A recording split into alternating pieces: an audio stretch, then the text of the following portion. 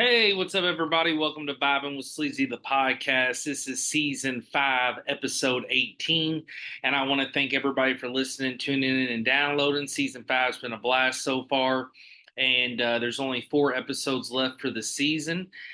So this one and 3 others. So this season's been flying by and it's been going great. Had some great guests and also been doing some awesome solo episodes, which have been getting a lot of national spotlight, especially when it comes to more listeners and people outside the state listening, especially with my sports episodes. This season, I've been doing tons of sports episodes, so they've been going great, especially, covering stuff right before the event happens, predicting it and just kind of giving the rundown. With this one's going to be special because this is for the 150th Kentucky Oaks race, horse racing. The Derby is this Saturday, and it's the 150th Kentucky Derby, so it's very historic. It's going to be the biggest one ever. So you got Oaks on Friday and Derby on Saturday. For the people outside of Kentucky or not familiar with horse racing, the Kentucky Derby is the biggest race in the world when it comes to horse racing, and it's the 150th consecutive. So it's been going on for 150 years. And the Oaks is a big race that happens on the Friday before, and it's female horses. It's the fillies.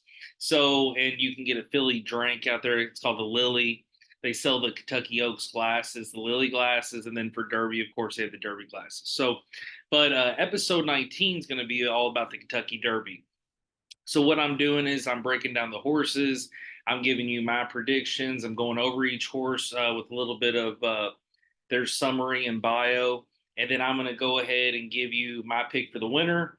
I'm going to give you my exacta pick and my trifecta pick for Oaks. And I'm going to do the same thing for Derby on episode 19.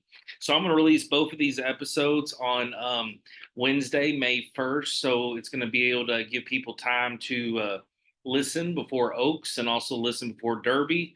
And this is the perfect week to release it. And then I'll be coming out with my final 2 episodes next week. And then, like I said, I'll do my long break and then get back into season 6 towards the end of the year into the beginning of next year. And then I also got some plans in the works where I've been talking with some buddies and got some other ventures I want to do in the podcast world. So we'll see what the future holds. But Fabio Sleazy's here, and I appreciate all the love and support, and it's going great. So let's break down the Kentucky Oaks, the 150th Kentucky Oaks. So that's pretty cool to say that. So overall, you got 14 fillies that are going to be running. Of course, scratches can happen, injuries can happen, anything can happen before a race. But especially on these big races, you hope not to see anybody cut. It takes a lot of hard work, money, training, and there's a lot of people involved with every single horse. So at the end of the day, what I want to do is I'm going to go over these horses, and the way I'm going to do it, I'm going to go where on their wagers, which these are the wagers as of April 30th. So I recorded this on April 30th, but it'll be coming out May 1st. So these are the actual odds.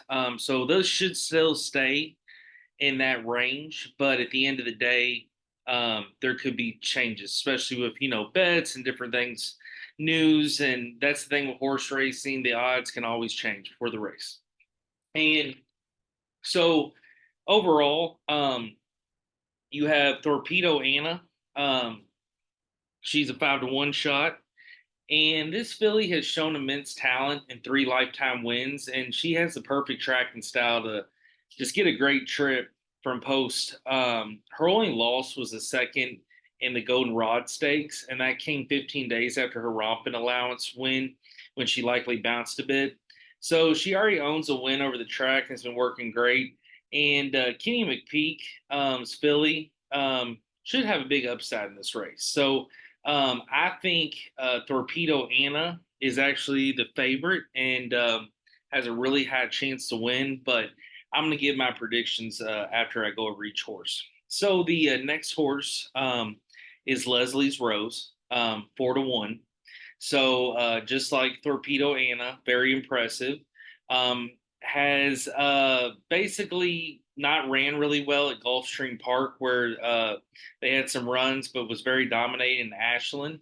And I think that this is going to be a a tough horse that can make a really good run. I don't see them winning, but I can see them definitely finishing there towards the top. The next horse is just FYI, 9-2 odds. So overall, this is a 2-year-old champ. Suffered his first defeat at Ashland. And overall, their trainer is Bill Mott, which he's trained a lot of horses. And I think that she's real set for this race. It's missed some training, but Bill seems like has got this horse ready, and this horse has definitely had some good victories. The next horse is going to be Where's My Ring at 15-1. Um, now with this horse, she's faced a lot of tough fillies in California, and she's also raced in New York, and she's also won at the Wood Memorial. And all three of her races, with blinkers have been solid, and she's also been very good to run off the track. So with rain, she's actually a good long shot that could be good to consider. So she runs very good when it's not the best weather. Um, the next horse, number 5, is going to be Tarifa at the 7-2 odds. And again, this is in order from first to last in odds for April 30th. This has nothing to do with the number of the horse. So the horse number could be different. So when I'm saying number 5, that doesn't mean the number 5 horse. Remember the names when you're looking these up. Tarifa is who I'm talking about. The 7-2 odds. This is a good horse, hasn't done really anything wrong in its 5 career starts. Doesn't have tons of races, but Brad Cox has been the trainer. And overall, I think that it's ran very well, or ran very well in Louisiana. And overall, just looking over her, her only career loss has came in her sole start on this track. So overall, I think she could be competitive and good, and those odds are very well. So keep an eye out, but don't see them winning. But Tarifa is that horse. The next horse, number 6, I'm going to talk about is Ways and Means, 5-1 odds. Um, this filly has a very high reputation, and it's done very good in 3 starts. Um, it's lost at Gulfstream Park Oaks.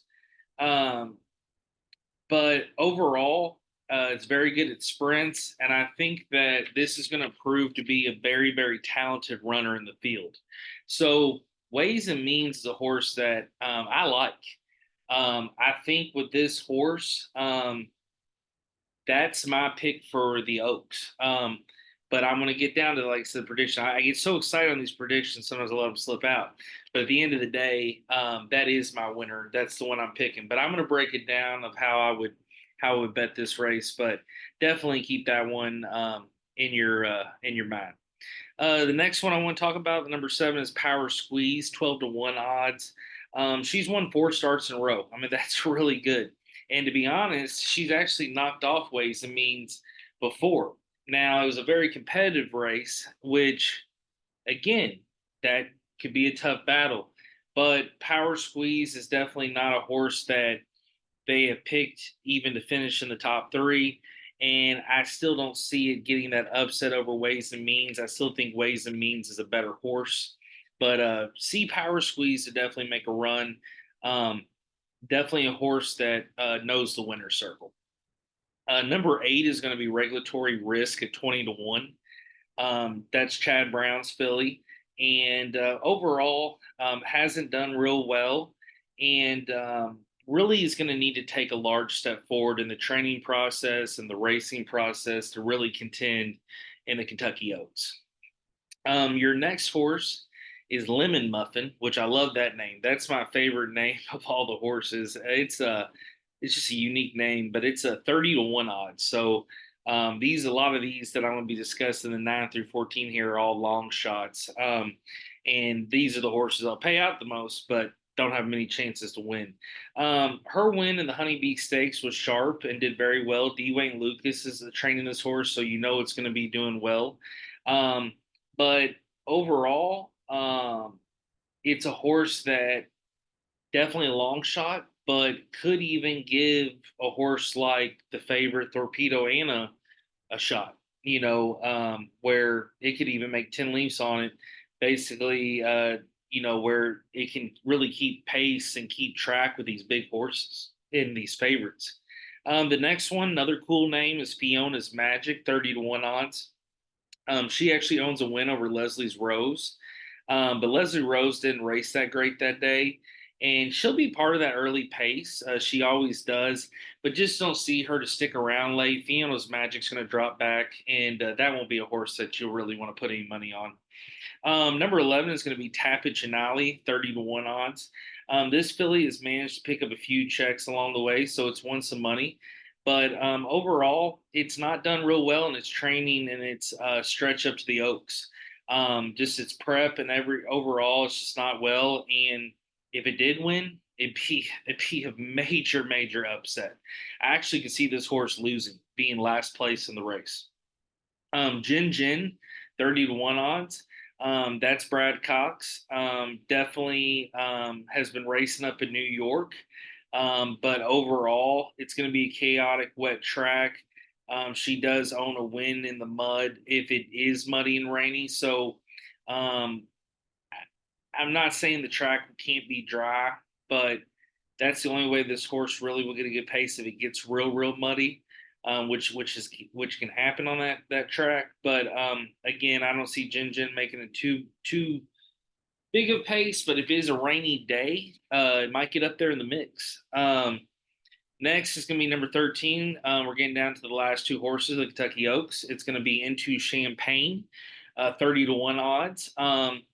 This actually could be the fastest horse in the whole mix, even at that odds, but can't keep up with the distance. So it's a horse that can get right off the bat, can run faster than all the horses, but it's going to get tired quick. It don't have that stamina.